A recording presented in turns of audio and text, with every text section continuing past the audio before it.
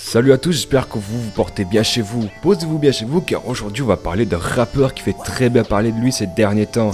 Où il a intégré le personnage d'un vampire bisexuel déjanté, je vous présente Playboi Carti.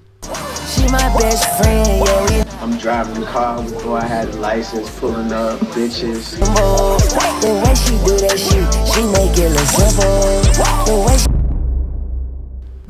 Playboi Carti, de son vrai nom Jordan Terrell Carter, est né le 13 septembre 1996 sur le jour du triste assassinat de Tupac Amaru Shakur. Il grandit à Riverdale, à Atlanta, dans le comté de Clayton en Géorgie. Contrairement à d'autres quartiers d'Atlanta, Riverdale n'est pas un quartier réputé très dangereux.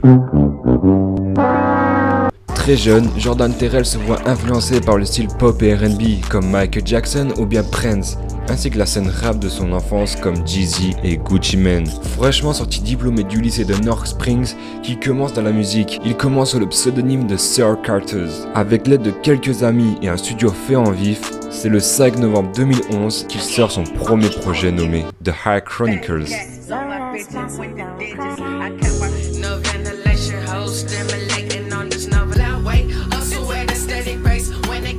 On ne sait malheureusement pas grand chose sur le mixtape, mais c'est pas tout. En effet, il enchaîne avec un autre projet appelé Young Misfit.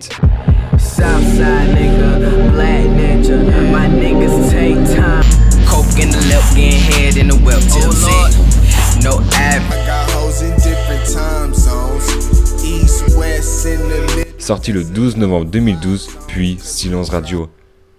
On attendra jusqu'en 2016 où le rappeur aurait été invité par un certain groupe. Pas n'importe lequel car il s'agit du A$AP Mob, le groupe d'un certain A$AP Rocky ou bien A$AP Ferg. Il est invité dans l'un de leurs projets nommé Cozy Tabs Volume 1 sur le titre Telephone Calls.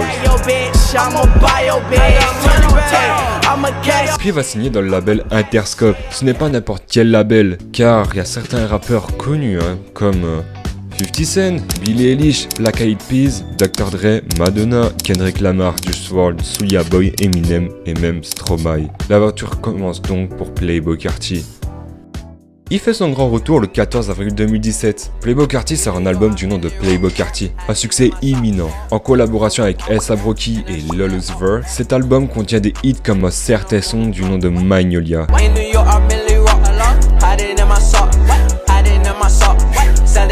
qui sera certifié 3 fois disque de platine, mais c'est pas tout. Un autre son du nom de Woke Up Like This fera un carton. Lui sera certifié 2 fois disque de platine.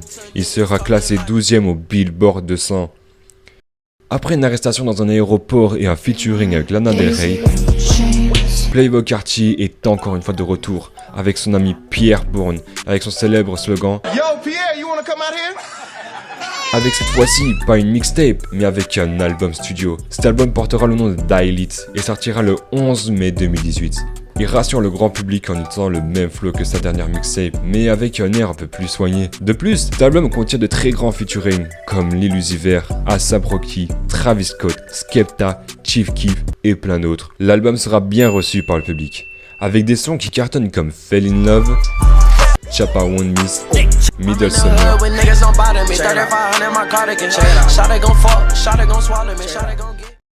Le 24 avril 2020, Playboi Carti et un dénommé Jalen Tucker sont arrêtés pour un défaut de plaque d'immatriculation. Les policiers vont pas être déçus quand ils vont découvrir 12 sacs de Xanax, 3 flingues et de la codéine.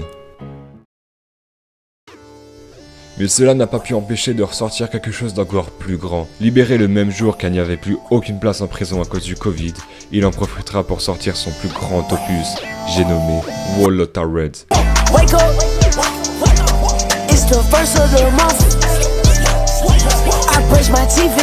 Wolota Red est un succès. Traduit en français par Beaucoup de Rouge, il sera produit par le boss Pierre Bourne. Encore. Et ils seront invités Kid Cudi, Future et Kanye West. Le Rolling Stone qualifiera ce nouvel album comme le nouveau Carti. Aujourd'hui, Playboi Carti n'a plus rien sorti. Un silence radio qui fait peser un suspense chez les fans de rap. Il aura mis en lumière un nouveau style de rap. J'espère que la vidéo t'aura plu. N'hésite pas à mettre un petit pouce bleu et je te dis à la prochaine pour une nouvelle vidéo.